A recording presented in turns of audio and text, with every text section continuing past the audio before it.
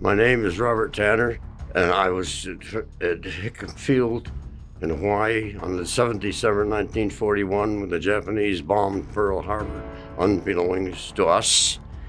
That's the 50th anniversary medal given to us in 1991 at the 50th anniversary of Pearl Harbor, and commemorating us as veterans of World War II, which Pearl Harbor survivors were not veterans of World War II until 1974. We had been on alert up until the day before the 6th of noon, the 6th of December. We went off of alert that we had been on, and for a month or more than a month. I didn't know how long because I had just got back from the Philippines from ferrying some planes over there, and we put all our gear away on Sound Friday and so forth. And naturally, we're getting ready to go on the world Sunday, and I was standing on the edge of the outside of the barracks, waiting for a couple of my buddies to come in because I was going to celebrate my birthday, which was on the 5th of December. I couldn't celebrate because I was on alert. And I was standing there, and all of a sudden, I heard the roar of an aircraft engine, and I made one step down on the and turned and got a zero coming at me. And I said, I know I said it out loud, but probably nobody heard me. Damn Navy, pulling an Uber on Sunday morning again like they used to do on us. At Hickam Field, we were Hickam Field right across from Pearl Harbor. We were defense for Pearl Harbor. And I looked up and that zero was coming in. He had dropped a bomb that hit the top of the barracks in the third floor through the window, and even went down and through the floors and blew on the first floor. The concussion come out the door of the barracks when I was standing right there, and it blew me right off the three steps of the barracks out onto the lawn, out on the lawn and so forth. About 30 feet out there, I stopped sliding. I had my Vinegar Joe hat, Boy Scout hat on, the way big Vinegar Joe hat, we called him at that time because of Joe Stillwell. General Stillwell loved it so much. and I never found it to this day, by the way. I lost my hat.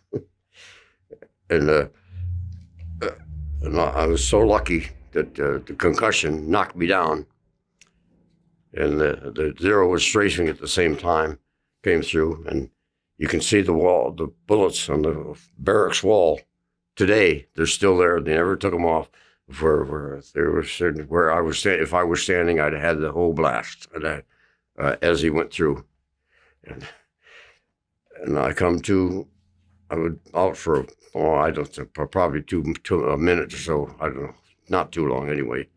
And I hit my head by a piece of either a concrete or shrapnel or whatever. Don't know what it is. And it was bleeding, but my shirt was all shredded. But I got up and run across the Hangar Avenue around the hangar to go around the hangar of number 3 to get to operations where I had to report for any conflict. And and I glanced over and I saw a body on the ground near a great big trash receptacle. They were made of wood, just like the metal out there now, but this was wood. And I guess he was running to that to get in it for something, but he had been machine gunned right across the same ones that missed me, come him. He was machine gunned right across, got almost in 2 pieces. Yeah. But I got up and run around, went to operations. All of us were there, needed to be there, a lot of us. Anyway, well, we formed teams of 4 and went out to the field during the first and second raid to get the wounded that were all on the parade ground. They had run out from the barracks onto the parade ground. They were all out there. And then one of the old Chuck Middaugh, he was a great big Irishman. He had a machine gun tripod, but he wasn't on the ground. He was holding the machine gun up. He was a great big guy, about what we saw, four axe handles across the shoulders. Great big guy. And we went through that area and everything, and got the guys in ambulances and so forth to get them out of there, wounded and so forth. And I went back to operations, and standing in front of operations, the second attack came in, and there was a great big boom, and I turned toward Pearl Harbor. I was facing the port, the entrance to Pearl Harbor, and I turned back to Pearl Harbor, and all I saw was a great big ball of fire up in the air, and it was the Arizona that blew, and I think the ship was up in the air for all I know. From what I know, when it was, because it broke in two when it went back down. And the ground shook so badly that I couldn't hardly keep my balance. I damn near went over. After that, we did the Recovery Act. All those, and then at about 2:30 in the afternoon, 2:15, I guess, I finally got over to the hospital tent. The hospital had been bombed out. And they had put up a tent and everything, and walked in, and fortunately one of the corpsmen was there, the sergeant, who was from the flight surgeon's office, and I worked with the flight surgeons all the while, because I was clearing the flight surgeons for flying time.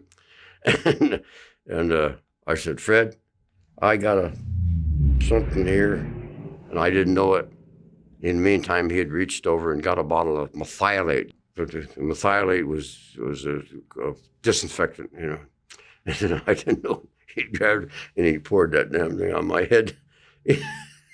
and I think I might went 3 feet in the air because it burned. You know? And he says, "Get the hell out of here." I wasn't even wounded. And after that, naturally, I went back to my plane was bombed up. It was all pieces burned up. It was caught fire and everything. And we were getting the things together. We had no planes that could take in the air after the 2 raids. So we had to get the equipment together, fix the planes that we could fix, get them in flying operation. As a matter of fact, the first plane off of Hickam that had been on Hickam never got in the air to the second day after Pearl Harbor. But all we were doing was recovery, getting, as we say, back to so-called normal. They brought some more planes in from the United States. There was 12 planes coming into the United States, the B-17s coming in for 12 of them. 4 was for Hickam, and 8 of them for Philippines. I formed a composite squadron. We got 4 planes together and all checked out, and prepared them to deliver them to Australia so that the Australians could learn how to fly B-17s. We left there February the 2nd, 42 for Australia. Got down to Canberra, Australia, and was training with the Australian Air Force, but they had Lancasters, British Lancasters, which is same as our B-24 actually today, and they didn't like the 17s at all, no, because first they didn't have tricycle landing gear. In May of 42, they decided they transferred the whole outfit up to Calcutta, India, to join they were turned over to the British USAF Air Force in Calcutta, India. I took them up there, delivered them, and all of a sudden we found out we'd had no way home. We were out there one morning, and the old colonel came in. He says, "Hey, any of you guys ever fly a C-47, Gutenberg?" Yes. Dakota? C-46? Yes. Good, got a job for you. And then they loaded us in the truck and took us all up to Assam, India, way up in the northern part of India. To an airfield, and they had Goonie birds. They had all 150 planes on that runway up there. And we had to go and check them out and find out if some of them make a flight. And you know what the flight was? Over the Himalayas to Kunming, China, supplying the flying tigers. From Assam, India to Kunming, China. We had to find out, well, you think it's going to make it? Okay, we'll try it. My last flight was on the 14th of July when the Flying Tigers were turned over to the American Air Force with General Chenault. Well, General Chenault, they pinned the stars on General Chenault that day with General Shanghai Tech there. We had landed, and they wouldn't let us up to the operations. They wouldn't let us on the field. Just taxi over to the other side of the lake. And we were watching with field glasses, the ceremony of General Chenault getting his stars pinned on. And that was my last flight. Got back to Assam, and finally they found a C-54 that brought us back to. I went back to Brisbane, Australia. Got the new B-17s, and went up to Port Moresby, and operated out of Port Moresby from there on out during the war. Didn't fly anymore? Sorry? You didn't fly anymore? Oh, yeah. We got new airplanes. And matter of fact, I got back just in time to go to bomb Guadalcanal. We had just got back from China, India, if you want to call it that. And got our planes ready. We got our new planes at Port Moresby. And we went out on the 23rd of... Well, it was the first troop landing at Guadalcanal. The Navy was there to bombard the island and the beaches, et cetera, and we were to come in 4 hours after that for our bomb run. And we did. We bomb runned over it. By that time, the troops had got to shore, got on the west side of it. There was landing field, what they call West Field. And my tail was shot up. My ailerons were shot up. And we landed over there. Was there 2 days because we stole some parts off another airplane, fixed ours, and took off and went back to Port Moresby. But normally the Navy planes would get there first before we did. So we were after the fact. As a matter of fact, most of our bombs were dropped on the end of the old airfields. They're there, the Japanese airfields, in that areas, because all of the other bombing was done by the Navy. The Marines, I should say. Marines. Marines, yeah. And you were taking ground fire? Yeah. It had to be ground fire because there was no airplanes, the Japs in the air at all. Because I guess they got caught with their pants down. Well, they didn't have much aircraft there anyway. But the bombers, the Navy got in and shelled that place from dawn, I think from dawn till 9 o'clock in the morning or something like that. Constant. And then the troops came in on their APCs and so forth. And we were to become 4 hours after the end of the Navy bombing. Well, we had been bombing Macon Island in the New Britain area and so forth. Our mission was, after the bombing, we separated from the task force. I was in a composite squadron, so we didn't stay with we were assigned to any of the missions with a second mission. We had been on our second mission route for about 2 hours, 3 hours. Then my crew chief yelled at me, said, "Mr. Tanner," I was a flight officer, so he called me Mr. Tanner. and said one of the bomb hooks came loose in Bombay, and I can't get it back up there. He says, I can't get it, the hook. I went back to Bombay to see what was going on, and I found out what was wrong. So we got it back up there, and I was coming back to the cabin, and I don't know why. A premonition, something hit me, and I reached over and got the back of my seat and my pilot seat, and reached over and got my wheel, and I whapped it over left and pushed it as far as I could go because I was hanging over the end of the seat. And my lead plane blew up in front of me. If I'd have been level, I'd have gone with him. Now, why he blew up, I don't know to this day. I didn't see any, we didn't send any puffs of ACAC, or shrapnels or anything. But he blew. And luckily I was and down it, and I was over this way and almost slipping off the wing, almost wing over. And I yelled at Charlie, pull her back right and give me all the power on the left engines, or the left engines, both engines. Give me everything you got. And we finally straightened out again. And up, and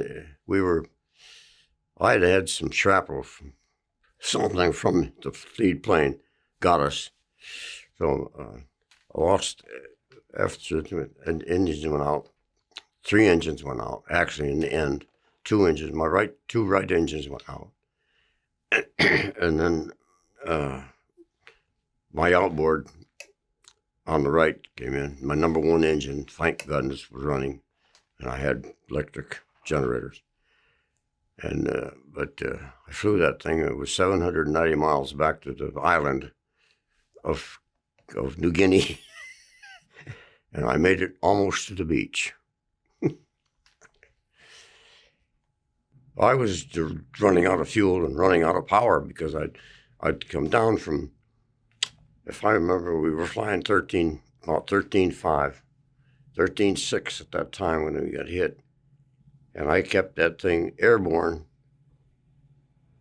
until I got down to probably a little under 2,000 feet before I was starting to sink by itself. So I gave all the power to that right engine, everything we had. They were up against the firewall by then, the throttles, and it took us the rest of the day, but I was still settling. So I didn't have to worry much about cutting off the power before it hit, that's for sure. Put it in the water, and fortunately, I was doing fine until it got darn wave come up in front of me, and I smacked it. I was dragging my tail at that time, luckily, and it smacked me and stopped me dead. My radio operator, I told him to, strap yourself in, but he wasn't. He was yelling Mayday, and standing up, and he hit the rib of the plane, and it took a 4-inch stretch to touch all of his back, out of the back, 4-inch wide down and everything. But luckily he fell, and he fell near the door, our exit door, where the rafts, and 2 rafts when I hit the water first, they had jetted 2 of our rafts. The boys had jettisoned, ready to go. When I hit the water, woof, they all went out. But it wasn't too deep, but boy, did we hit. And finally we got into the water, and they got me out. I went, my right foot caught in my rudder pedal. Our left foot, and I couldn't get it out. And it was I couldn't get my seat belt out because I was, the flip buckle, it was caught on the buckle of my. I still had my woolies on, my big woolly, and I couldn't get it off. And finally, it broke at the end of the seat. Finally, with the pressure, and I went out through the windshield, left, scraped my face and everything. It took me, and I landed out in the water. And unfortunately, I had my woolies on, so I damn floated. And And the boys put me on and got me on a raft, and they walked to shore, less than half a mile actually. Yeah, it was pretty shallow all the way out there. My radio operator actually died later. We carried him in the jungle for about 10 days looking for a native village that we had a typographical map only, but how to locate the village wasn't there. It was an old map that some British chaplain had made that had been there back in the 30s. As a matter of fact, the Australian spotter, and they had spotted us coming in. And they'd got word out with their radios. But all there was Morai Indians was always in there. Headhunters. And they were headhunters because when the village that we finally got to, they were friendly American. Where there was Japs, but there was about 10 Japanese heads hanging on a clothesline, like a clothesline up in that village. Because the Japs, when they got there, were taking care of women. They'd taken their women, raping them and so forth. So they'd hang them up, preserve their heads. Well, I put some in the water, but there was, nothing to it. Nothing to it. What do you mean? No, you walk away. Just walk away. Walk away with a bloody nose, maybe. Some broken finger. Yeah.